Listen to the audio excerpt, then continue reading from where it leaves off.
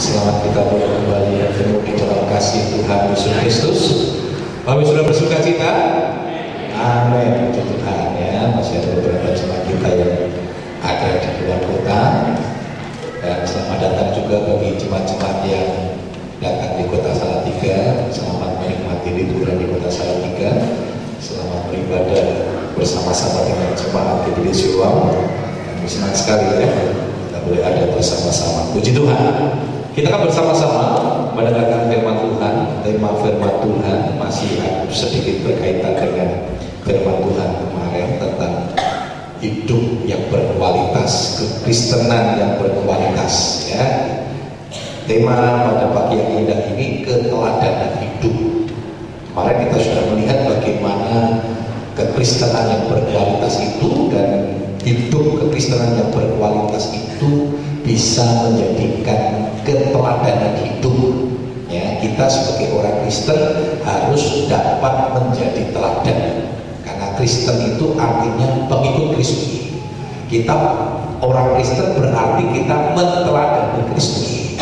Nah, kalau sudah jadi orang Kristen, biarlah kita juga bisa menjadi teladan ya, bisa menjadi teladan. Seperti yang saya sampaikan minggu kemarin, hari-hari ini kita ini sangat minim dengan keteladanan ya, sangat minim dengan keteladanan. Banyak orang tua nggak bisa jadi teladan anak-anaknya, banyak pemimpin yang tidak bisa menjadi teladan anak buahnya, bahkan maaf ada gembala yang tidak bisa menjadi teladan bagi jemaatnya. Saudara, ketika saya jadi hamba Tuhan pertama kali sekolah Alkitab ya, saya sedikit terganggu ya dengan teman-teman ya. Ada nggak kita ya jadi hamba Tuhan, dulu kita celelekan, dulu kita punya latar belakang yang kurang bagus, lalu jadi hamba Tuhan, lalu kembali bersama-sama dengan teman-teman gitu ya. Lalu waktu ketemu teman ditanya, saya ini di sekolah pendeta, kalau kowe sekolah pendeta, waduh, ngerti rasanya begitu saudara ya. Nanti apa dikit ya, nyelelek dikit, teman ngomong begini, Gus, we hamba Tuhan, itu celelekan. Waduh, waktu itu pertama kali terganggu ya rasanya. Wah itu sudah jadi hamba Tuhan itu khususnya menang prokalan tangannya Instagram gitu sudah ya, senyum ke kanan, senyum ke kiri, orang itu celelekan gitu sudah, uyuh diatur, nggak boleh sudah, gitu saudara ya, uyuh mendidih lah saudara itu oke saudara ya. Waduh, saya stres saudara. Setiap kali aku bikin hamba Tuhan, reto pakai hamba Tuhan nggak boleh. Tapi saya berpikir-pikir, ya itulah konsekuensi dari sebuah keputusan kita, konsekuensi dari sebuah pilihan kita. Anda jadi manajer, ya kelakuannya orang bener, lalu diloke manajer kok kelakuannya sudah keluar hati sudah. Nah sudah nggak usah jadi manajer, jadi aja tuh salah buah saudara. Itu namanya konsekuensi dari sebuah jabatan. Kalau mau jadi hamba Tuhan, ya siap, ya maka nggak boleh bahasa senjatanya hamba Tuhan atau pimpinan gitu. Manajer juga manusia, pendeta juga manusia. Wah itu sebenarnya bahasanya mengejut itu, ya itu bahasanya mengejut. Bahasanya orang yang apa namanya ya, yang tidak berani menerima konsekuensi dari sebuah jabatan. Itulah konsekuensi seorang bapak begitu, mau jadi bapak, mau punya anak, pelakuannya orang bener, anaknya wakil, bapak kok pelakuannya seperti itu. Wah, nesu, kurang ajar ya. Nggak bisa. Zaman sekarang nggak bisa, saudara. Zaman saya dulu, zaman bapak ibu saudara mungkin alami ya.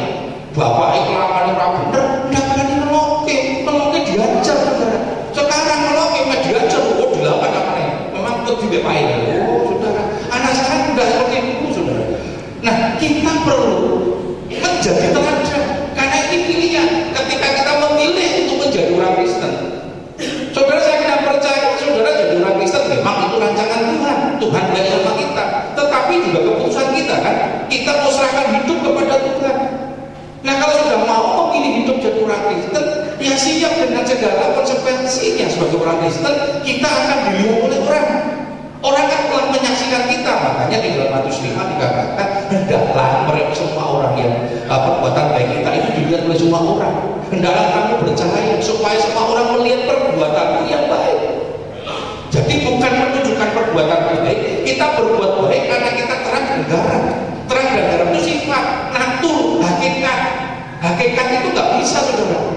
Ya kita orang Kristen, pada waktu kita ketemu teman-teman lama dulu, ya Kristennya tetap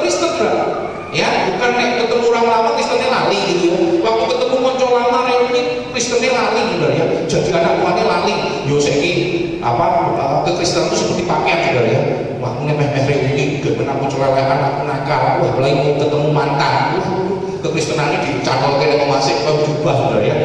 Selati sudah hidupnya seperti manusia lama lagi, ya nggak bisa saudara. Saya masih ingat dulu kalau suami kita berantem, bahkan ada bantuan kadang susuk ikut saudara, ya pas soal perkara organisasi ribut, jangan heran juga saudara, rapi saudara, begitu rame dinyeki, pendeta, ya kalau begitu kita lepaskan juga kependetaan dulu, kita berantem dulu, mau habis digumeneng, lo nggak bisa, itu hakikat, itu jati diri. Kekristenan itu jati diri. Kekristenan itu hakikat di mana orang kerja ke Kristen, di rumah orang Kristen, jadi suami orang Kristen, jadi istri Kristen, jadi pekerja Kristen, melayani Tuhan juga Kristen. Jadi itu bukan sekedar aksesoris yang bisa dilepas, besok dipakai, dilepas lagi, nggak bisa seperti itu. Karena itu yang dibutuhkan dalam hidup ini adalah sebuah keteladanan. Dan kita kehilangan keteladanan, kita hilang keteladanan. Nanti kalau kita lihat di dalam Ibrani pasal yang ke-11 tentang saksi-saksi iman, itu sebenarnya mau bicara apa? Teladan hidup. Mereka punya kualitas hidup yang luar biasa, sehingga hidupnya bisa menjadi teladan. Saudara, kalau mau anak-anakmu hidupnya berkualitas, jadilah orang tua yang berkualitas. Jadilah orang tua yang berkualitas. Nah, begitulah kita mau baca dulu, saudara ya, di dalam 1 Timotius 4 ayat 12. 1 Timotius 4 ayat yang ke-12.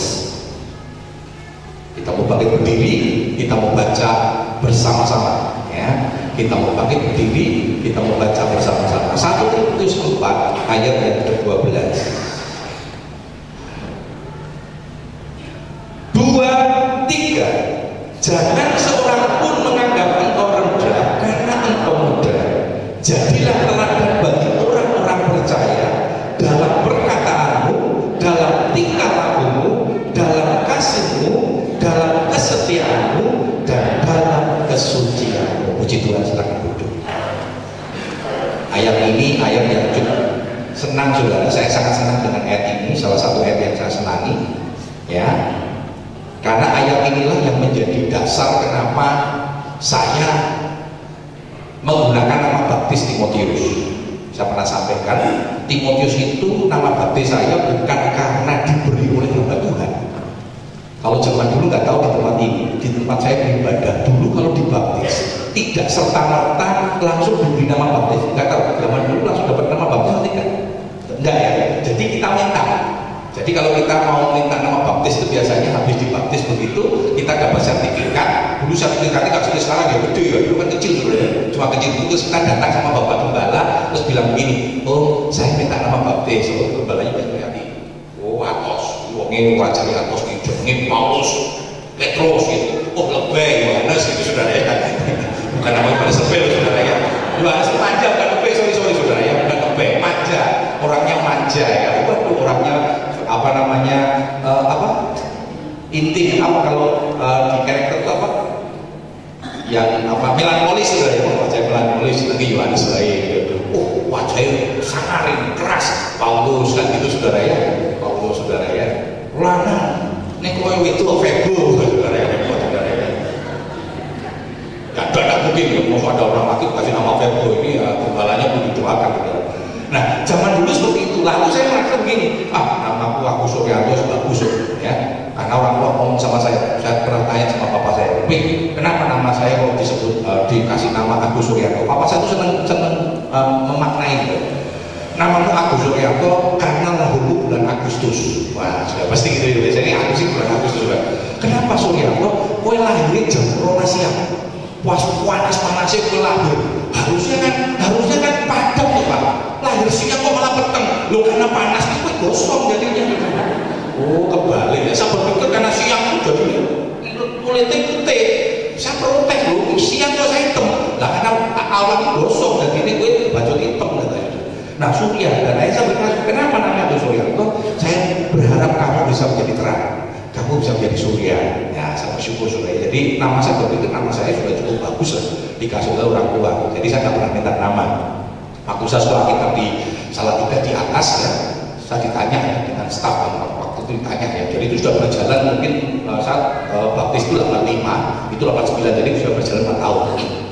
Waktu saya ditanya, nama baptisnya siapa? Waduh, Saya nggak ada nama baptis. Lu harus dikasih nama baptis.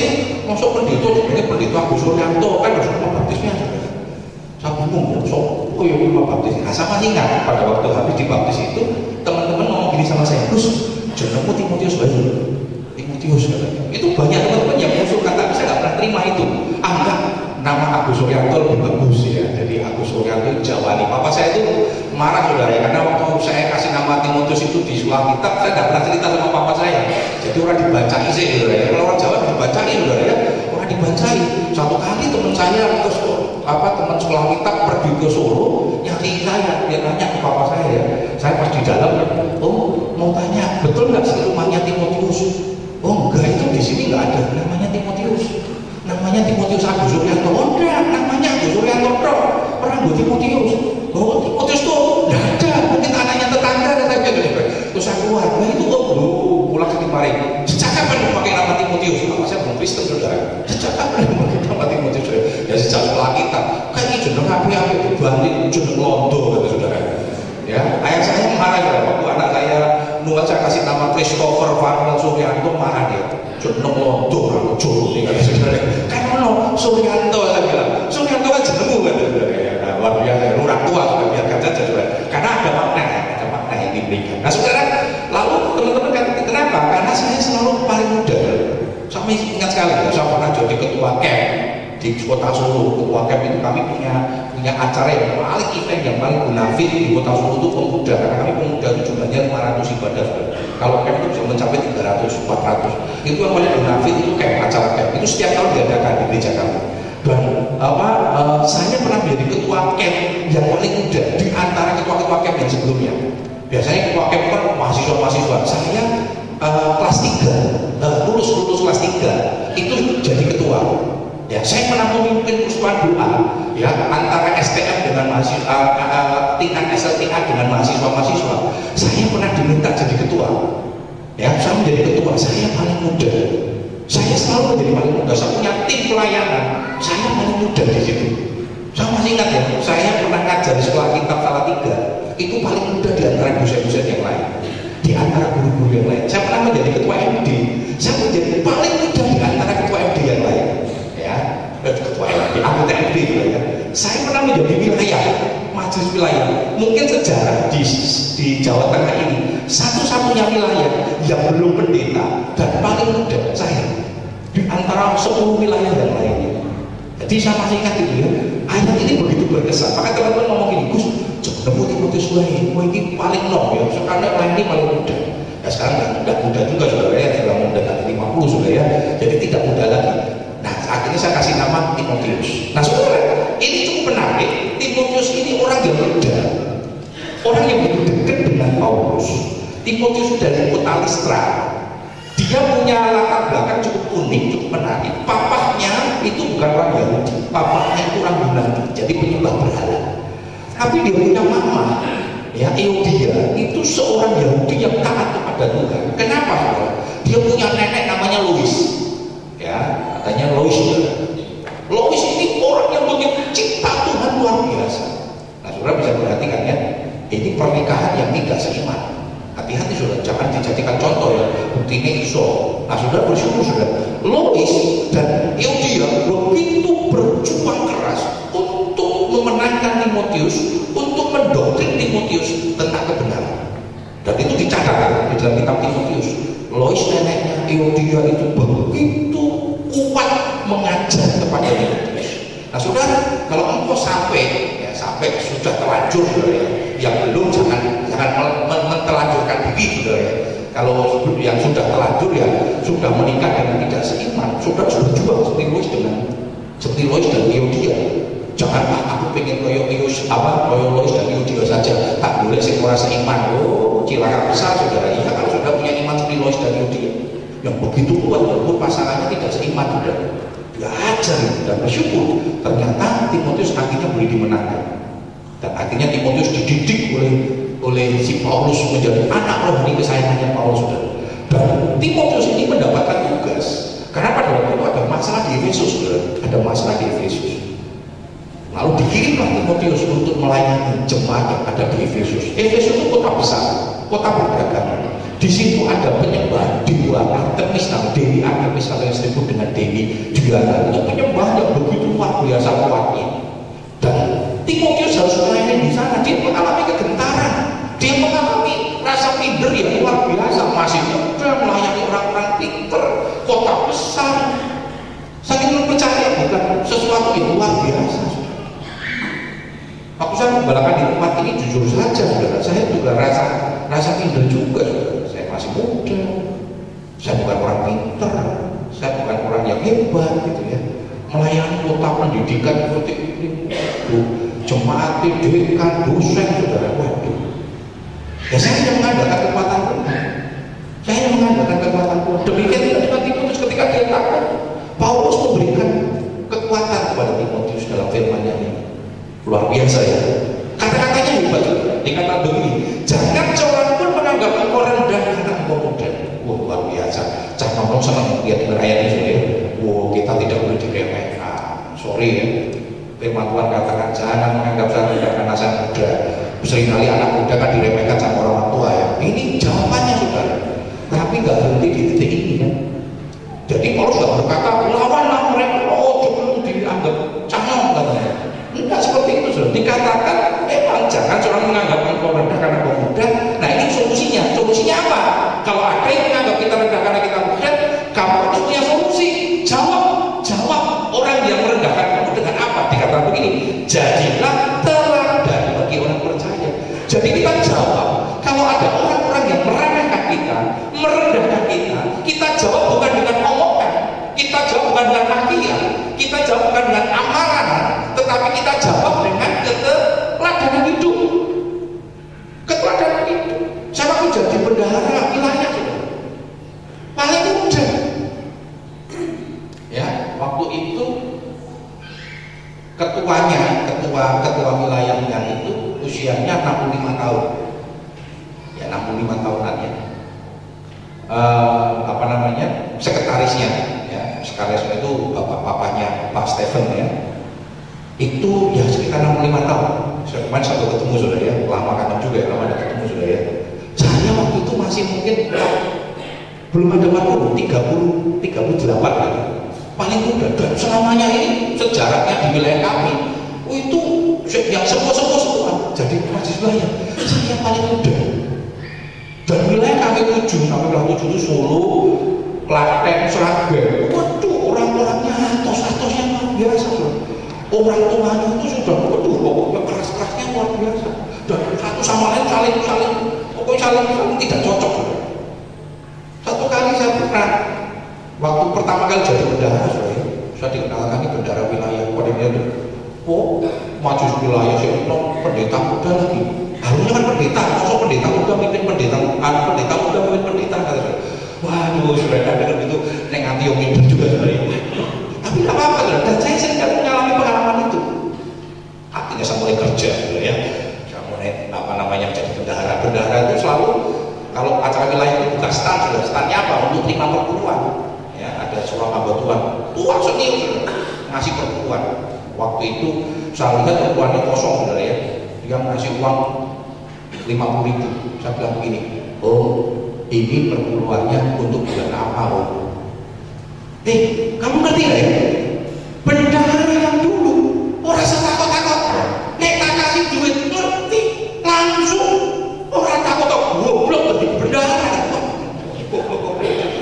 Ya masa ngerti, ya sudah ya saya juga goblok karena itu ajaran piye caranya makanya ini ngisi berapa bulan goblok tadi bulan supaya juga belum jadi bendahara. Ya saya supaya tidak mau jadi bendahara dan sekarang ini berapa bulan terulang goblok katanya supaya isi goblok saudara isi ya sudah. Wah banyak kan sudah saya duduk-duduk gitu ya sudah tidak usah sakit hati lah. Memang goblok ya toh lo goblok kalau hati orang bodoh di seneni nesu ya bodoh yang ngaku bodoh saya goblok betul adalah orang mudeng ya. Jadi setiap kali dia mau bayar saya goblok dia jadi iya apa aduh saudara luar biasa. Tapi akhirnya saya menjadi mahasiswa yang disayangi oleh mereka. musuh, orang yang jotosan yang menang sudah. Ya, saya pernah ngingetin ya, om ini belum bayar perpuluhan loh, sudah sekian bulan. Rasanya kena hati yo. Kowe orang lain, aku tadi pendeta. Wih canom orang ajar, untuk nak perpuluhan katanya. Ya saya nggak nagih mengingatkan, kalau enggak mau ya sudah lah, saya bilang. Ya mohon maaf om nek salah. Merasa ngomong, udah mulai sudah. Ya sudah lah saudara. Itulah hidup. Saya tak mau marah sudah. Ya sudah pokok itu dengan tetap mengasihi mereka, dengan tetap sukacita. Nah saudara, jadi kalau mau direndahkan orang, jangan balas dengan kemarahan, jangan balas dengan maki-makian, jangan balas dengan reaksi. Jangan jadi orang yang reaksi, apa itu langsung reaktif. Tapi balaslah dengan keteladanan. Hadapi dengan keteladanan itu. Ini yang diajarkan oleh Paulus kepada Timotius. Hadapi mereka dengan keteladanan hidup. Nanti kita lihat sama-sama. Saudara, sebagai pengikut Kristus, kita harus hidup seperti Kristus. Saudara, kalau ngaku Kristen, kalau hidupnya nggak Kristen, ngaku sih pembohong. Kalau saudara bilang Kristen, hidupnya harus seperti Kristus, karena Kristen itu mengikut Kristus. Coba kita lihat di dalam 1 Yohanes surat yang ke-6. 1 Yohanes surat yang ke-6 dikatakan demikian, barang siapa mengatakan bahwa ia ada di dalam dia, ia wajib hidup sama seperti Kristus telah hidup. Kalau aku di dalam dia, orang Kristen sudah. Orang Kristen itu adalah pengikut Kristus. Kalau kita baca Yohanes 15, hidupnya orang Kristen itu tinggal di dalam Kristus dan Kristus tinggal di dalam kita. Karena itu hidupnya harus sama seperti Kristus hidup. Dan Tuhan Yesus memberikan teladan. Seperti saya katakan kemarin, bersyukur kita karena kita punya teladan yang sempurna. Bayangkan kalau kita ini tidak punya teladan seperti Yesus, beberapa orang yang mengikuti tokohnya saudara kebingungan karena perbuatan tokohnya itu melanggar hukum aktif yang ada di negara kita. Tapi Yesus tidak, apapun perbuatannya tidak melanggar hukum ketika kita lakukan secara utuh. Bahkan ketika Yesus hidup pun, Yesus matinya itu karena difitnah, bukan karena kesalahannya. Dipersoalkan, Yesus tidak ketemu kesalahannya. Secara hukum Taurat tidak ketemu, dibawalah ke hukum Romawi. Hukum Romawi juga angkat tangan, Pilatus angkat tangan. Dibawalah ke Herodes. Herodes itu pemerintahan yang ditaruh oleh Romawi untuk memimpin orang-orang Yahudi, khusus orang-orang Yahudi. Herodes itu sudah.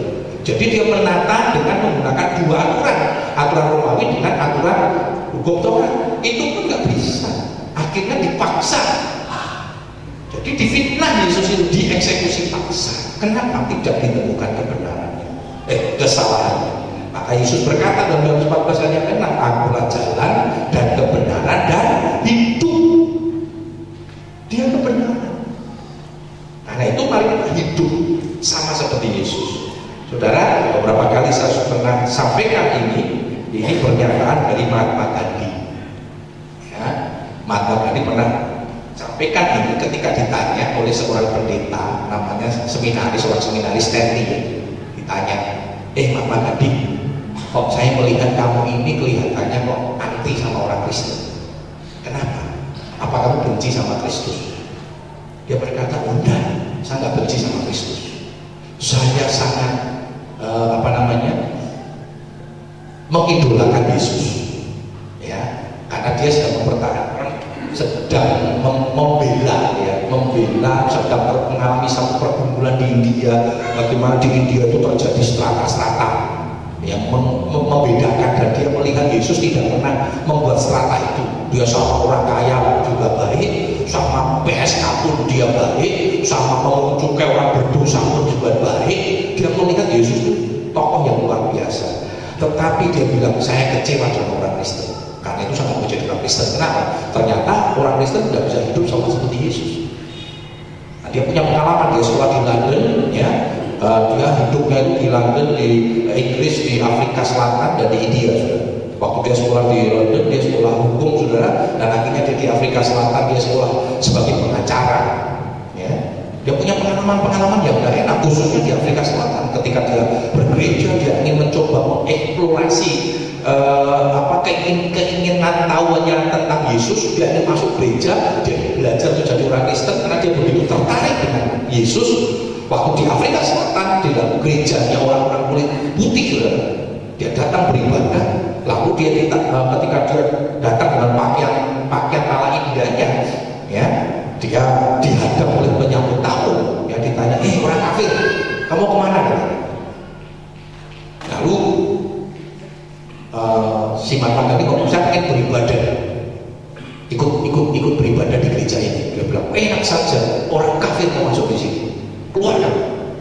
Kalau tidak sangat suruh petugas untuk melempar kamu keluar. Nah, sejak itu dia punya kekecewaan yang luar biasa dengan orang Kristen, dan dia nggak mau jadi Kristen. Dia benci dengan orang Kristen, tetapi dia begitu mengagumi Kristus. Nah, dia mau sebuah statement ketika ditanya oleh Stanley, seminari Stanley, kenapa kamu kelihatannya dalam setiap pernyataanmu kamu membenci orang Kristen? Apakah kamu tidak suka dengan Kristus? Dia berkata, tidak, saya mengagumi Kristus. Apalagi khotbah di bukit itu. Oh, dia terinspirasi dengan khotbah di bukitnya Yesus. Lalu dia berkata begini, kalau semua orang Kristen hidup sama seperti Yesus, maka semua orang di dunia akan menjadi orang Kristen. Luar biasa. Berarti pertanyaan ini kan bersifat paradok, bertentangan. Artinya orang Kristen hidupnya nggak sama seperti Yesus, nggak ada keteladanan hidup. Luar biasa, saudara. Berapa banyak orang Kristen yang harusnya bisa menjadi teladan, ternyata hidupnya tidak bisa menjadi teladan. Harusnya kekristenan itu bisa mempermuliakan nama Tuhan, tetapi kekristenan itu mempermalukan nama Tuhan. Saudara, kehidupan orang percaya harus dapat menjadi teladan hidup. Ya, sayang si Mahatma Gandhi itu tidak ketemu sama Mother Teresa, sama-sama tokoh India di Calcutta. Dia ketemu dengan seseorang yang hidupnya nggak sesuai dengan Kristus, sehingga itu menjadi menjadi nilai yang terus terpatri di dalam hidupnya, bahwa orang Kristen itu nggak betul hidup. Nah, saudara, hidup orang Kristen harus dapat menjadi teladan hidup. Coba kita lihat dalam Yohanes 13 ayat 15. Yohanes 13 ayat 15 dikatakan demikian, sebab aku telah memberikan suatu teladan kepada kamu, supaya kamu juga berbuat sama seperti yang telah kuperbuat kepadamu. Ini peristiwa pada waktu Yesus sedang membasuh kaki. Saudara, jangan pernah melihat Yesus membasuh kaki itu sebuah peristiwa yang sangat-sangat fenomenal. Tidak, hanya tidak. Itu peristiwa yang biasa. Karena di Israel sana punya budaya, setiap kali dia kedatangan tamu yang dianggap hormat, itu sebelum mereka masuk rumah, di depan itu ada tempat pembasuhan kaki. Jadi kalau dia sedang menerima orang yang dia hormati, sebelum orang itu masuk, tamunya masuk, tuan rumahnya akan membasuh tamu itu, membasuh kaki dari tamu itu. Jadi ini bukan peristiwa yang fenomenal temannya. Kalau kita lihat seperti hebat itu Gusti Yesus itu basuh. Ini peristiwa yang biasa di Israel bagi tamu yang dihormati. Jadi kalau dia menghormati tamu itu, maka tamu itu akan dibasuh kakinya. Makanya pada waktu Yesus datang ke Simon, ya, lalu Maria datang Magdalena yang membasuh dengan minyak narwastu. Simon kan batin, ini gurunya kan nggak ngerti, ini PSK kelas kakap, wanita nakal kelas kakap, kok membiarkan kakinya itu diusapi dengan rambutnya wanita. Lalu Yesus tahu, dia berkata, Simon, aku datang kok aku membasuh kakiku. Nah, berarti Yesus tidak dijadikan tamu istimewa di tempat Simon. Dia diundang, memang dia diundang saja. Tapi Yesus bukan tamu istimewa, betul nggak? Saya tahu ya, biasanya kalau tamu istimewa begitu datang, banyak minta, ayo duduk silakan. Tapi selamat datang terus sedikit karena puncak ini sudah berorang itu berdodok itu sebenarnya diundang, tetapi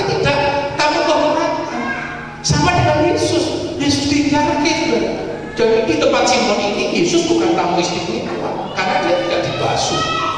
Nah, dari ngomong tapi wanita ini dari tadi membasuh kaki luar biasa. Nah, Yesus membasuh kaki murid-muridnya, berarti murid-muridnya istimewa, saudara. Makanya mereka gak enak.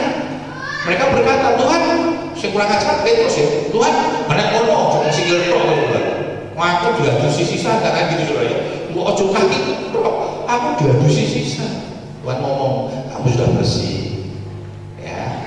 Jadi pernyataan cintanya Yesus bahwa Yesus menjadikan murid-muridnya itu istimewa.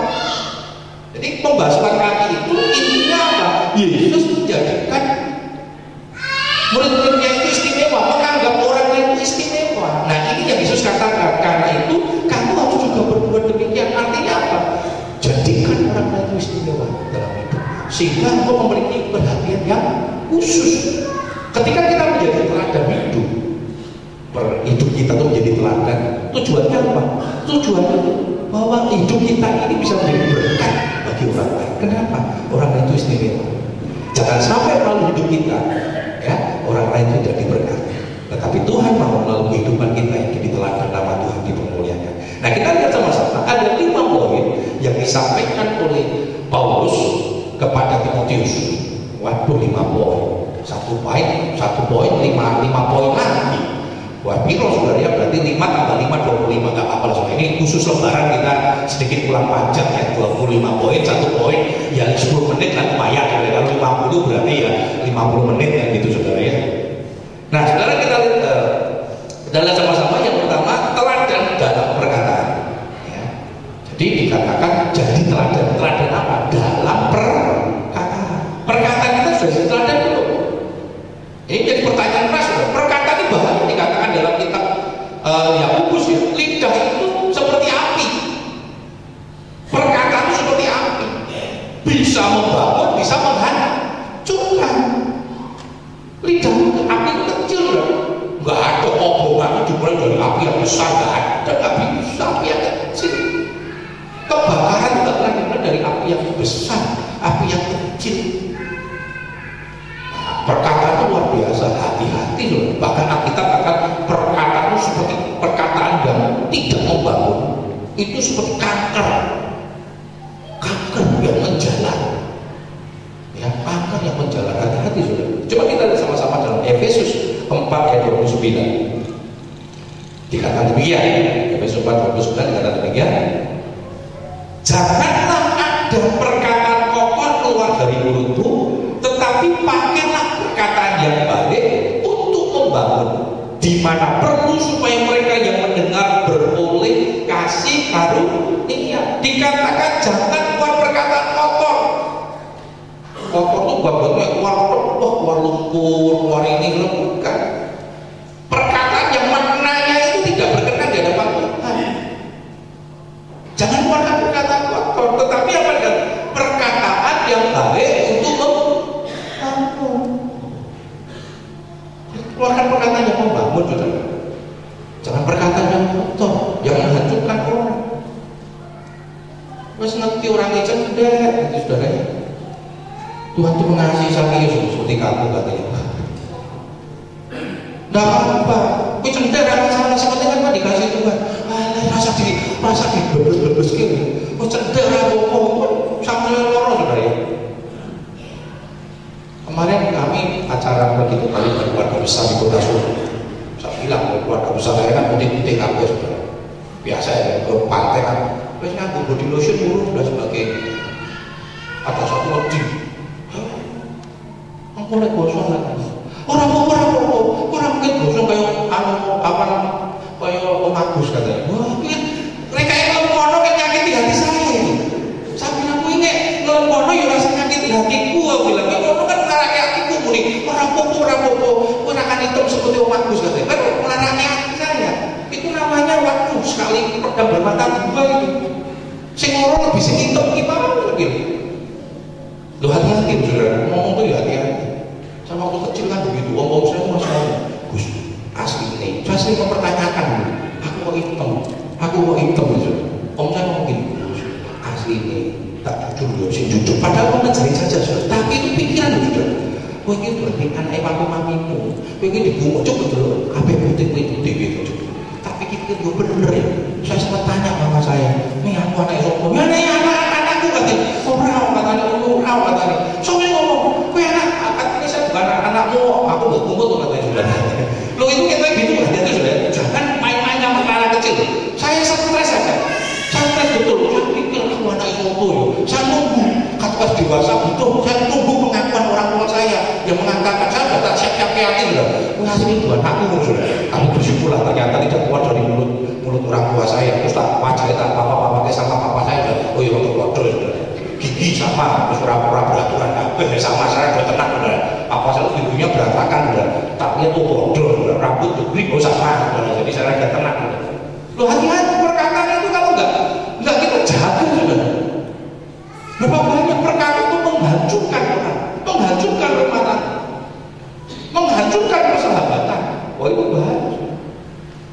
Akan dikatakan seperti kanker, perkataan yang tidak membangun, perkataan yang kotor seperti kanker menghancurkan.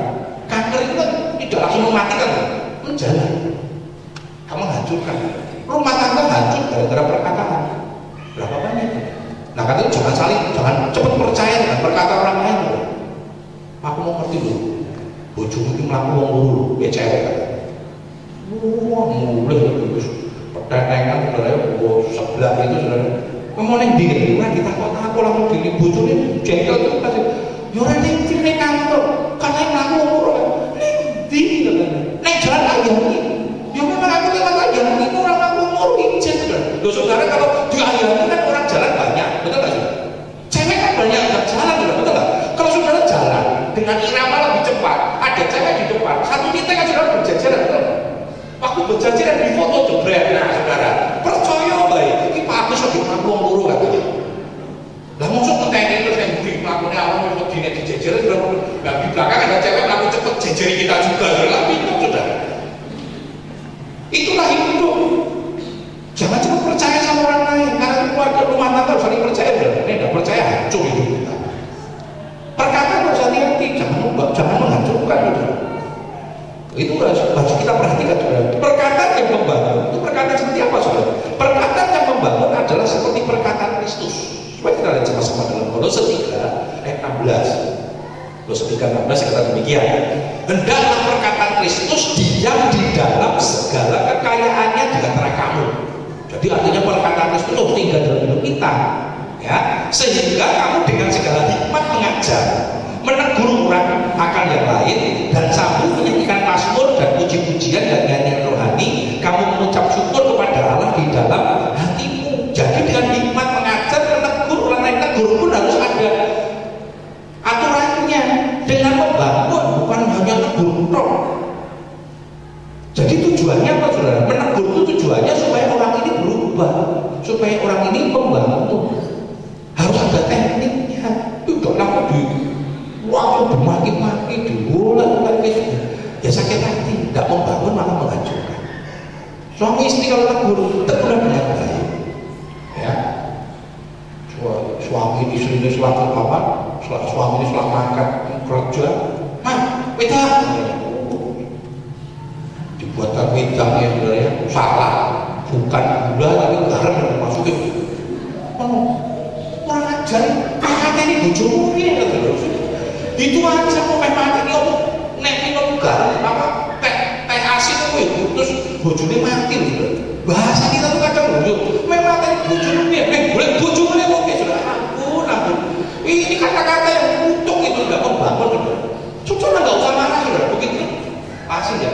Mah, enak lho teh mah. Oh, maksud tuh enak itu rasa orang kan. Papa itu lah. Sudah kan lebih bagus sudah. Daripada ribut sudah lama-lama. Buru-buru tidur harus sih mulai-mulai itu harus sampai boleh bojone kok. Itu nyakiti. Buru-buru wedang kasihnya aja kok masalah bojo. Mulai bojo meneh. Urusan ini luar biasa. Kata-kata enggak membangun itu. Biasa kan sudah ada. Seperti pacaran dulu itu sudah ada. Ya pakai sesuatu, waduh, yang sekarang kita lihat orang sekarang sudah ya pacaran yang beb, bagaimana? Bingung, bingung, suka pernah sudah. Anak ini, anak saya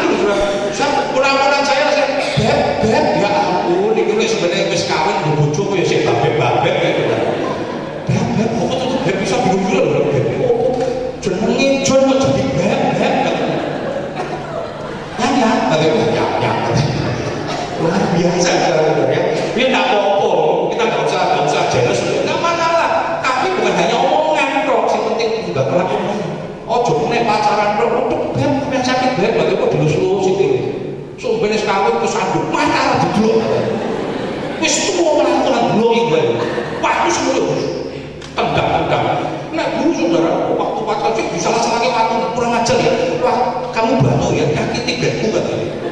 Luar biasa. Itu yang harus kita perhatikan, harus seperti Yesus. Dan itu jangan cuma untuk pacaran, sampai menikah. Kehancuran rumah tangga karena kita nggak jaga perkataan, saling menyakiti. Jangan suka saling menyakiti. Belajar, ya belajar. Saya terus belajar, ya terus belajar. Kadang kayak emosi ya, tapi belajar. Selanjutnya, teladan dalam tingkah laku, ya. Teladan dalam tingkah laku. Coba kita lihat Amsal 1 ayat 15. Amsal 1 ayat 15. Hai anakku, janganlah engkau hidup menurut tingkah laku mereka, tahanlah kakimu daripada jalan mereka. Ini kalau kita bicara kitab Amsal pasal yang pertama, itu bicara tentang orang benar, orang yang takut sama Tuhan dengan orang yang tidak takut sama Tuhan atau orang kafir. Ya, jadi kalau dari baca Amsal yang pertama itu bicara tentang orang yang takut akan Tuhan. Maka yang 7 dikatakan orang yang takut akan Tuhan dalam pergumulan hikmat, tetapi orang bodoh menghina hikmat dan didikan. Nah, dikatakan, hei anakku, jangan hidup menurut tingkah laku mereka. Siapa mereka? Mereka yang tidak takut akan Tuhan, orang-orang kafir. Jangan hidup tingkah laku kita itu orang kafir. Orang Kristen hidupnya tidak seperti Kristus, tetapi seperti orang kafir. Jangan. Sekali lagi, kekristenan itu hakikat, kekristenan itu jati diri, bukan aksesoris, bukan pakaian. Nek pacaran wis masa Kristen-Kristenan. Colong yo enak, pacaran dudu-dudulan jalan. Yo ora penak, orang nganggo sing liyane kan penak. Itu wong donya lho. Jangan ditiru. Ya ingat ya, orang pacaran itu masih bangunan-bangunan. Nanti kalau sudah menikah itu hamil rumah, dia turun teli setiap hari, wis apa tidak masalah. Tunggulah waktunya yang tepat. Padahal nggak tahan juga. Orang begitu sudah. Berarti kan ya, orang pacaran. Pengennya cepet sudah, pengennya cepet. Nanti seperti sama sih. Yang anaknya Daud itu sudah begitu dia ambil, ya, dia mengalami hubungan seks, apa yang dikatakan cintanya dengan kebenciannya itu lebih parah bencinya daripada cinta yang baru, karena kamu menjaga kesucian, amal, tidak menjaga kesucian, pernikahan, ya, kekudusan pacaran, jaga. Sehingga ketika betul-betul diberkati, engkau diberkati dalam pernikahan. Gereja tegas. Kalau engkau tidak menjaga kekudusan, engkau tidak bisa diberkati. Makanya semenjak saya membagikan di tempat ini, sebelum engkau diberkati, engkau harus mengisi sebuah surat pernyataan. Salah satu poin di dalamnya belum pernah melakukan hubungan seksual. Walaupun engkau ngaku di situ ada tangan, tapi engkau sudah pernah. Engkau bisa bohong di hadapan manusia, di hadapan gereja, tapi engkau tidak bisa bohong di hadapan Tuhan. Jangan itu. Ini tingkah laku mereka. Jangan sama dengan cara mereka. Pacaran ini beda, orang Kristen pacaran ini beda. Saya walaupun pacaran lakukan buka Alkitab. Mau buka Alkitab kan di tempat yang tersembunyi, berbahaya sudah. Kata-katanya itu berbahaya itu zaman dulu. Pacaran ning gelap-gelap ning JL, JB waktu. Saya jalan baru ya, jalan lintas itu. Saya pernah sudah waktu belum jadi seperti sekarang, pulang lintas itu tetap ya ampun, belum ada lampu sudah. Itu malam itu motor di standar kayak gitu, mau pacaran, yo kok enak peteng, nyamuk yang mesti oke saudara itu terus mau pacaran nggak hutan sih, karena coba nyamuk terkait. Bisa enak, tapi luar biasa. Orang pacaran ya. Kok orang tempat pacaran petang-petang orang penak gitu. Waktu apalagi ngomong di tempat itu ngomong, dan pacarku bagian bulan. Wah, aku sih mau raketo bagian bulan dia. Mau petang-petang ya raketo. Ya, jadi jangan ikuti teladan hidup orang kafir. Bahkan teman-teman katakan dalam Roma 12 ayat 2 tegas ya, tingkah laku tidak seperti dunia ya. Roma 12 ayat 2 dikatakan dengan tegas, janganlah kamu menjadi serupa dengan dunia ini, tetapi berubahlah oleh pembaruan budimu, sehingga kamu dapat membedakan manakah kadangkala apa yang baik, yang berkenan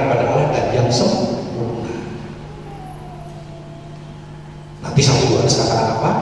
Dunia itu ada 3, keinginan daging, keinginan mata, dan keakuan hidup. Jadi tingkah laku kita jangan didasarkan kepada keinginan daging, keinginan mata, dan keakuan hidup. Tapi perbuatan kita harus sesuai dengan Kristus hidup, mengikuti teladan Kristus. Kalau kerja jangan kerja seperti orang dunia, biarin juga. Banyak orang korupsi itu duit, biarin. Itu kan duniawi. Saudara harus percaya bahwa hidupmu berkat datangnya dari Tuhan, dan berkat yang datangnya dari Tuhan mendatangkan dari sejahtera. Saya percaya kalau kamu dapat berkat yang tidak jujur, nggak sudah bisa menikmati. Sudah kan bisa menikmati berkat yang tidak datangnya dari Tuhan. Walaupun banyak, tapi kau tidak akan pernah menikmati. Karena firman Tuhan jelas kata jangan cuma dengan dunia. Nek kerja ya juga dunia. Karena firman Tuhan punya aturan. Firman Tuhan udah ngajari bagaimana kita kerja. Yakinlah sudah, kalau kau berani kerja untuk Tuhan, maka damai sejahtera yang ada di belakang kita. Saudara, jika orang percaya harus untuk memuliakan nama Tuhan. 1 Korintus 10:31. 1 Korintus 10:31 dikatakan begini. Aku menjawab, jika engkau makan atau jika engkau minum atau jika engkau melakukan sesuatu yang lain, lakukanlah semua itu untuk kemuliaan Allah. Apapun tingkah laku kita, melakukan apapun, bahkan makan, minum, makan minumlah untuk memuliakan nama Tuhan. Makan itu hidup, bukan hidup untuk makan. Kita perlu makan boleh. Wah, nengono makanan enak silakan. Tapi hidupmu bukan untuk makan. Tapi makan itu untuk menopang hidup kita. Beda ya. Filosofinya beda. Kalau hidup untuk makan, wes pokok ini opo ya. Nek orang makan gak bisa. Saya punya teman yang sakit pada waktu kami ada acara komisi pusat di Palembang. Habis operasi lever kalau nggak salah. Lalu istrinya sempat telepon, Gus Joko yo, contoh mangan saya aneh-aneh. Ya, dia punya kesenangannya durian juga. Ya kalau datang ke Solo, semua saja pergi ke daerah TC itu duriannya jos betul. Saya tidak suka durian katanya saudara ya. Dia mau bilang enak enggak durian? Iya rasanya bagus ya durian mentego durian sing pahit yo enak, atau bilang sing enak sing mentego pahit, wong pahit kok yo enak. Orang kan juga nah untuk Palembang itu memang di sana ada pusat durian gitu. Malam-malam keluar ya, keluar mencari makanan khasnya Palembang begitu. Selesai makan, beberapa teman tanya sama drivernya, Pak, dan durian Pak, oh ini mana? Pusatnya betul. Begitu datang itu los itu, murah-murah. Menurut mereka, saya nggak tahu sudah murahnya pura nggak tahu. Teman saya datang lagi nih, ojo makan, jangan makan, jalur ke rumah sakit mana saja. Oh iya, ini tinggi naik baik. Mereka makan, coba, lama-lama teman saya gelisah. Mau kamu kok gelisah? Kenapa? Aku bilang stres. Kenapa? Lu kok stres? Penting kan? Aku senang durian, kurang ajar teman-teman ini. Penting mau makan, cuma kurang tahan. Siji. Enggak dia bilang, cukup dia bilang, tahan. Maksudnya luar biasa dia bilang, ini hidup untuk makan. Sudah tahu gajinya diburu, ya ora usah sate kambing meneh sudah. Walaupun sate kambing kali Mas, tengkleng Mas, enak Mas, boleh Mas, ayo Mas, sikatlah saya 1 tusuk bae Mas, 1 tusuk bae, 1 tusuk lama-lama 2 tusuk, 3 tusuk, 10 tusuk sudah. Nek wis ngene sudah. Nah sebodohnya kita sudah tahu ya jaga tuh, betul? Sikat bae sudah, sikat terus. Mati di tangan Tuhan, udah mati langsung, nek orang mati loh. Jangan cerita kita tuh berkuasa atas hidup. Sadar kita nggak berkuasa atas hidup. Hidup itu Tuhan yang punya. Tapi jangan hidup. Kan kita makan minum memuliakan Tuhan. Kira-kira bisa memuliakan Tuhan nggak kalau begitu? Ya jaga. Wah ke Bali itu waduh saya tuh makanan paling seneng babi sudah sebenarnya. Auje ya. Di sana pusatnya juga. Babi guling Pak Madu banyak. Kiki plus berabiasnya sudah luar biasa sudah. Tante saya, itu refill-refillnya kan luar biasa kan. Mangan kalau refill, nah saya itu sampai dedeknya tuh terus mantep berdiri di situ dibuka sama enggak apa-apa enggak bisa lockdown saya bilang. Masih kecil ya. Nah kita tuh yang jaga diri juga. Tante saya bilang, semangat dulu. Masa lalu saya bilang ya. Masa lalu ya walaupun beli bisa rasa oke-oke lah, si jiwa ya. Itu mau makan dan mikir juga kan? Nah sekarang kenapa? Kira-kira memuliakan Tuhan enggak? Kalau itu tidak memuliakan Tuhan ya sudah lah stop. Amin. Jadi seringkali bukan hanya tinggal termasuk makan minum itu juga memuliakan Tuhan. Berapa banyak? Maka orang beli waktu rumah sudah 3-4 jam mau kuliner dok. Sama teman sudah begitu Pak Bunda sudah baca tidur. Nanti besok parah 3-4 jam itu. Lalu ngapain? Cuma makan dok. Kalau mulai. Wah luar biasa. Saya sih senang juga sudah. Tapi nek pas lewat bisa. Itu pun nek keburu. Nggak keburu ya guys. Saudara jangan sampai kehidupan kita tidak mempermuliakan Allah termasuk makan minum kita. Ya, kita tidak mempermuliakan Tuhan. Teladan dalam kasih. Ya, 1 Korintus 13 ayat 4 sampai 6. 1 Korintus 13 ayat 4 sampai 6 dikatakan demikian. Kasih itu sabar. Kasih itu murah hati. Ia tidak cemburu. Ia tidak memegahkan diri. Dan tidak sombong. Ia tidak melakukan yang tidak sopan. Ia tidak mencari keuntungan diri sendiri. Ia tidak memarah. Ia tidak menyimpan kesalahan orang lain.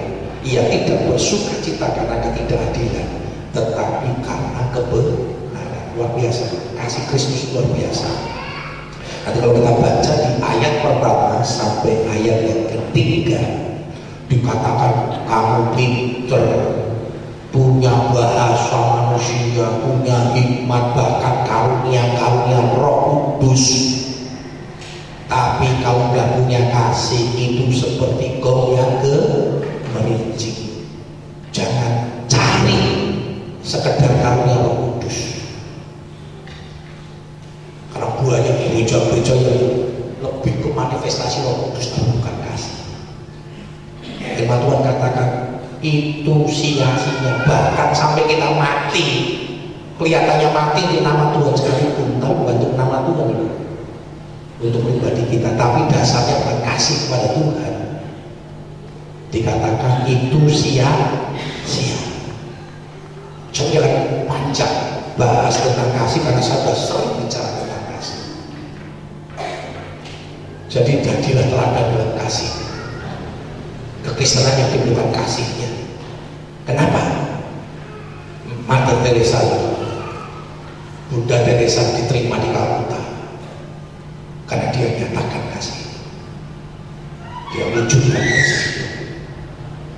Mari kekristenan kita wujudkan kasih kita kepada setiap orang, kepada suami kita, kepada istri kita, kepada rekan-rekan kita, kepada tetangga kita, kepada sahabat kita, kepada anak-anak kita.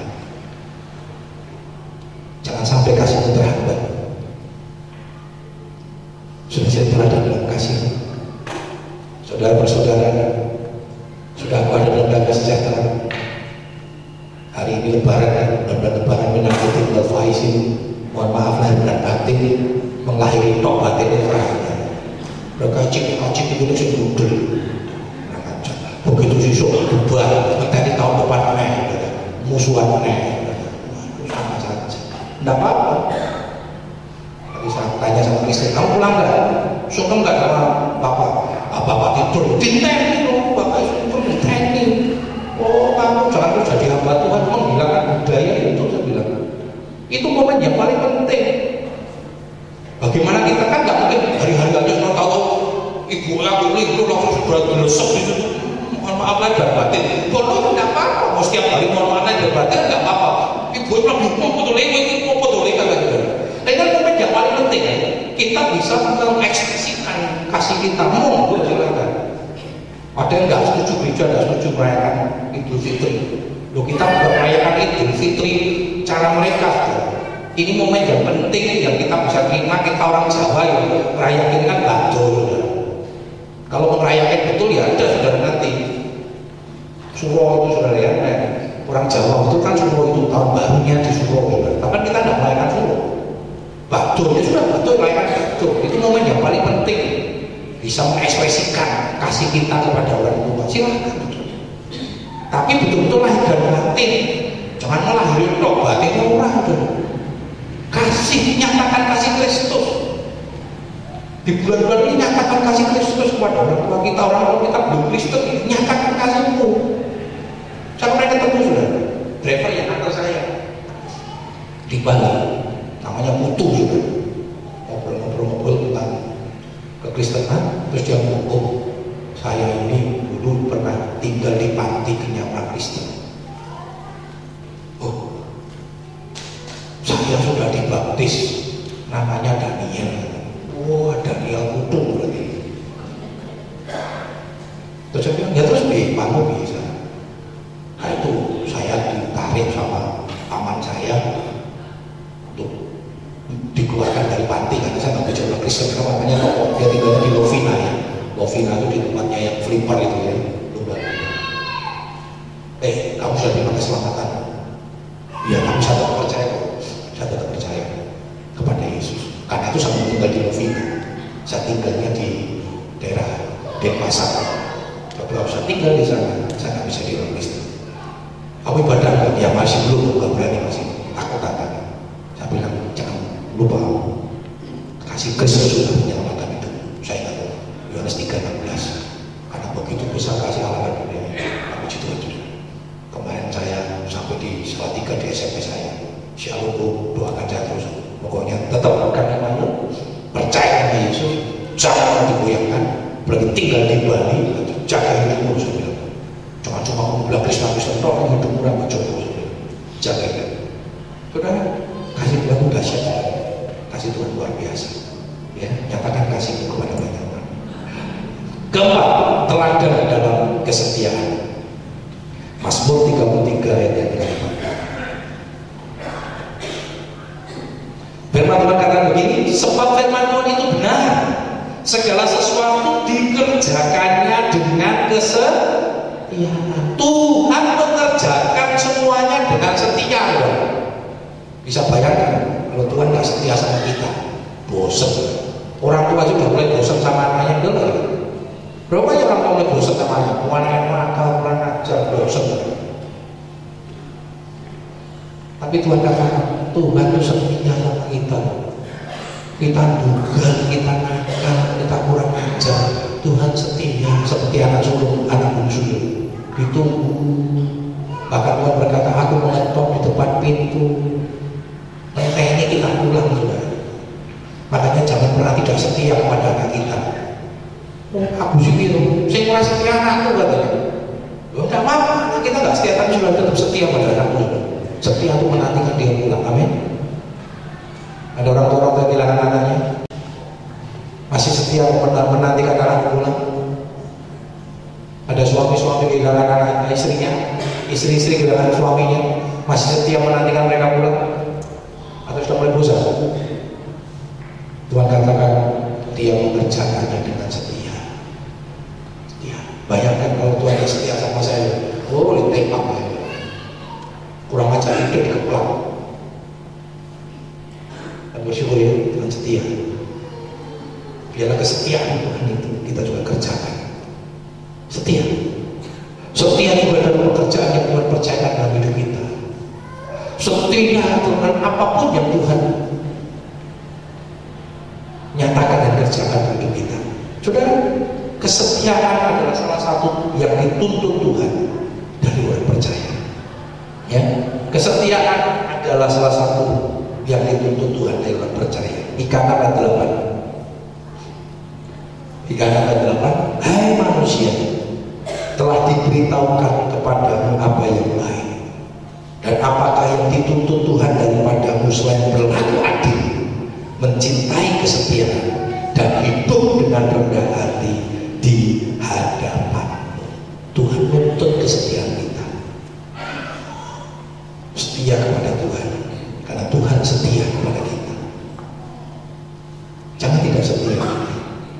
setia kepada Tuhan. Karena itu yang dituntut oleh Tuhan.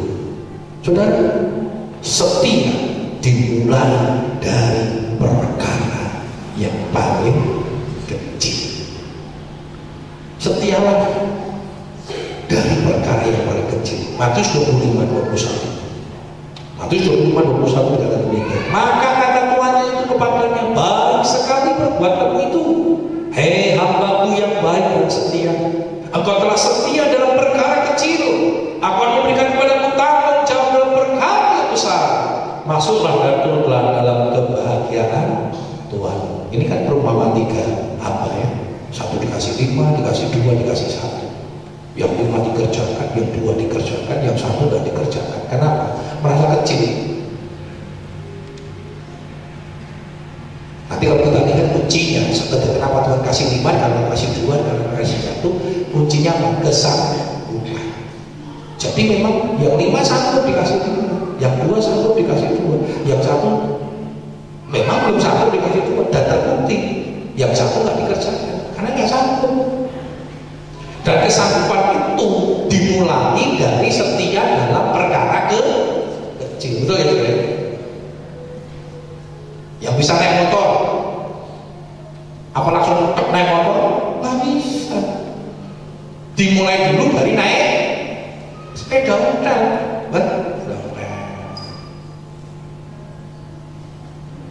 Saya cerita sama anak saya di kami dulu kelas 5 SD nggak bisa naik motor.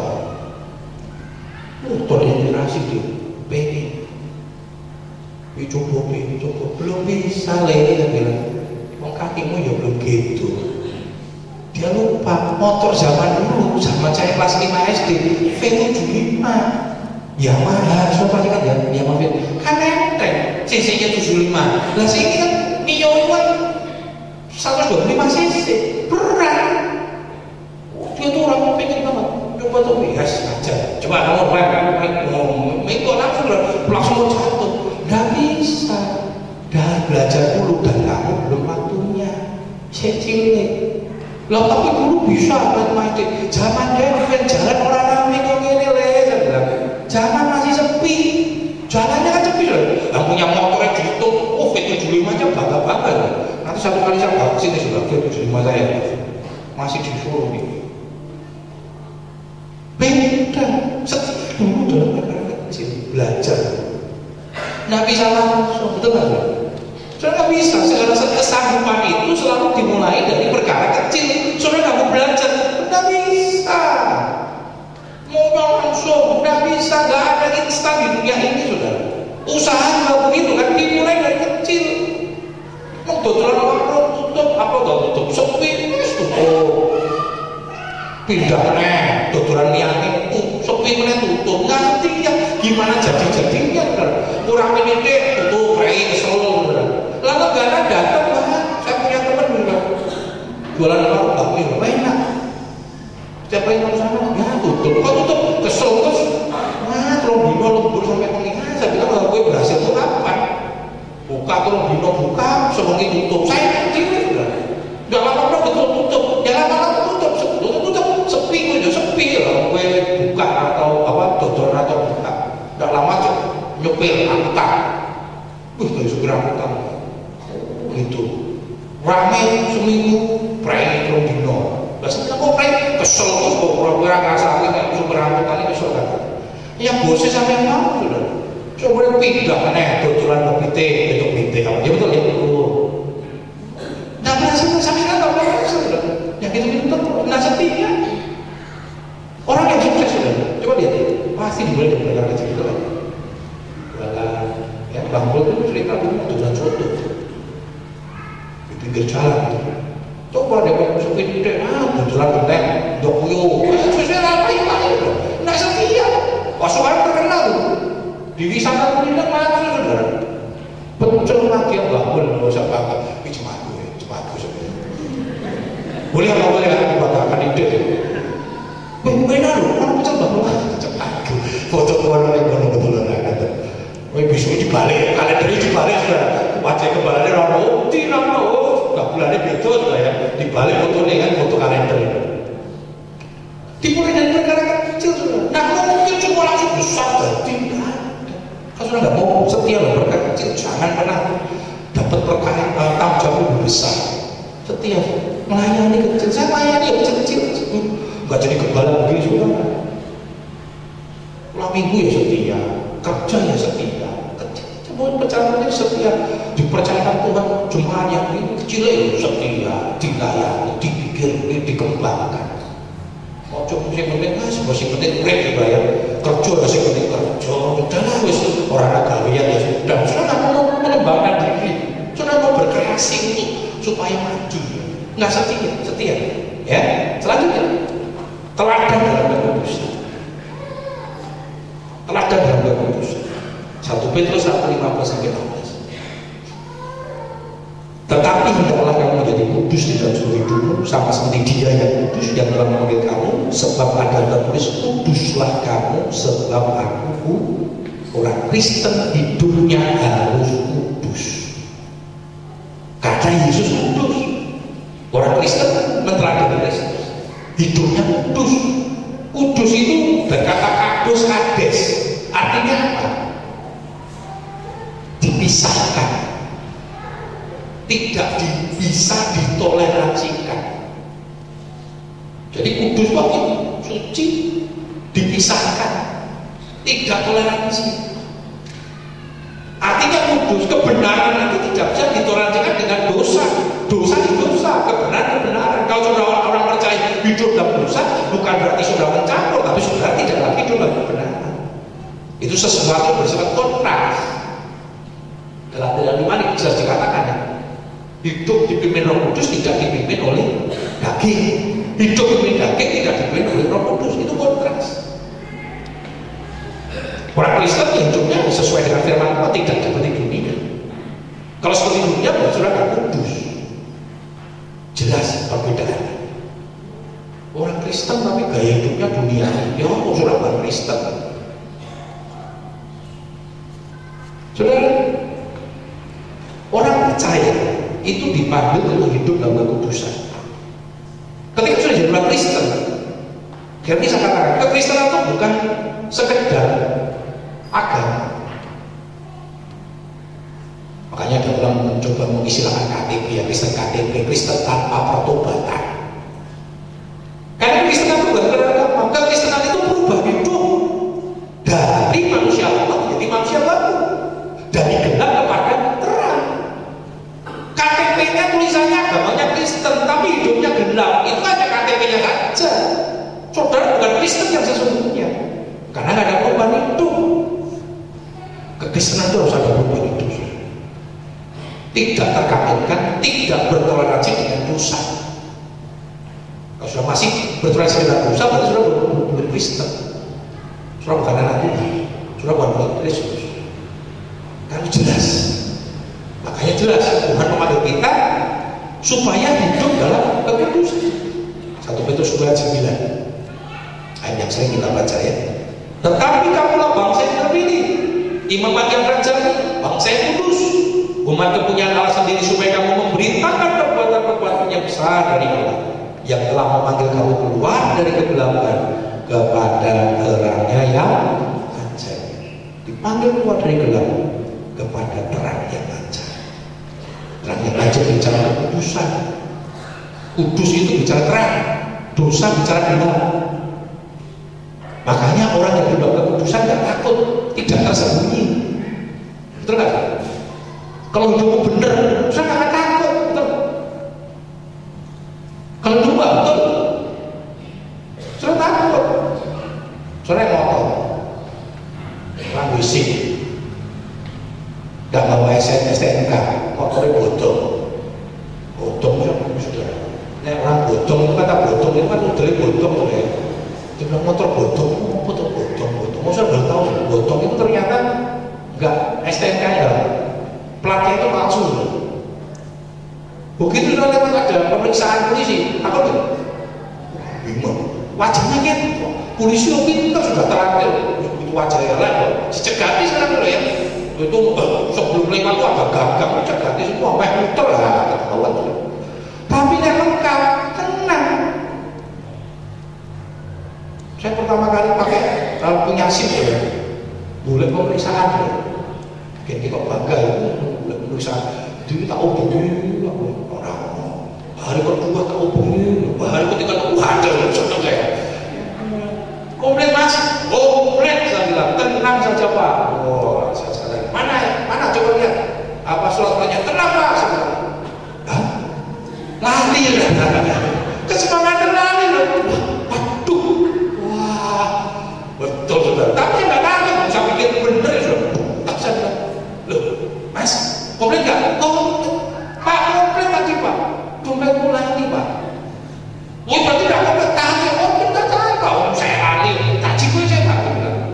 Untung nggak jauh, ambil, mau ambil mas waktu juga bener kok pak ini. Tapi tetap ditilang. Loh kok ditilang? Komplit apa? Ah, sekarang tadi kan enggak. Tiwasi mungkin bangga-bangga itu pengalaman pertama saya udah pernah komplit terus bangga. Saya naik motor kalau pas punya SIM ya walaupun bisa naik motor, tapi betul-betul naik motor kalau sudah punya SIM setelah 17 tahun. Dan saya punya motor begitu ya, saya nggak mau ngapusin dia. Bisa kan, saudara ngapusin kan bisa sebenarnya. Usia 15 dan 17, tapi itu kan ngapusin seumur hidup itu, betul kan? Karena SIM saudara itu kan tercatat seumur hidup itu. Saudara kayak haleluya, haleluya, kantongmu, oh ngapusin. Oh usia saudara ngapusin yo, Facebook, Anda boleh saudara diunggah ngapusin terus saudara. Luar biasa saudara, saya nggak mau. Makanya anak saya bilang, pokoknya kamu buat SIM, boleh naik motor 17 tahun, nggak boleh. Ya, nggak boleh. Saya nggak mau ngapusin seumur hidup saudara. Kan nggak bisa dihapus itu, nggak bisa dihapus, tercatat seumur hidup. Sampai mati sudah, sampai naik surga, SIM-nya dibawa nanti, sudah dibawa saudara ya, diperiksa sama Tuhan, ngapusin rasa itu saudara di surga. Ya, saudara, tanpa keputusan manusia tidak dapat melihat Allah. Ya, tanpa keputusan manusia tidak dapat melihat Allah. Berusaha hidup, Ibrani 12:14, Ibrani 12:14, berusaha hidup damai dengan semua orang dan kejarlah kekudusan, sebab tanpa kekudusan tidak seorang pun akan melihat Tuhan. Tanpa kekudusan orang tidak bisa melihat Tuhan. Kamu nggak bisa bertemu Tuhan. Nggak bisa. Kan itu hidup kudus. Jagalah kekudusan itu. Mazmur 19 katakan apa? Anak muda, dengan apakah kau persembahkan hidupmu bersih di hadapan Tuhan dengan menjaga sesuai firman Tuhan. Roma 12 yang pertama, bawalah persembahan, bawalah tubuhmu sebagai persembahan yang hidup, yang kudus dan yang berkenan kepada Allah, karena itu ibadah yang sejati. Ibadah yang sejati mempersembahkan hidup kudus di hadapan Tuhan. Mari, ada 5 teladan yang harus kita lakukan dalam perkataan kita, dalam tingkah laku kita, dalam kasih kita, dalam kesetiaan kita, dan dalam kekudusan kita. Biarlah 5 hal ini boleh kita menjaga kita dengan berkualitas, sehingga hidup kita yang berkualitas itu boleh menjadi teladan bagi banyak orang. Mari kita berdiri bersama-sama. Kita memujikan bagaikan bencana siap terbentuk demikian hidupku di hadapan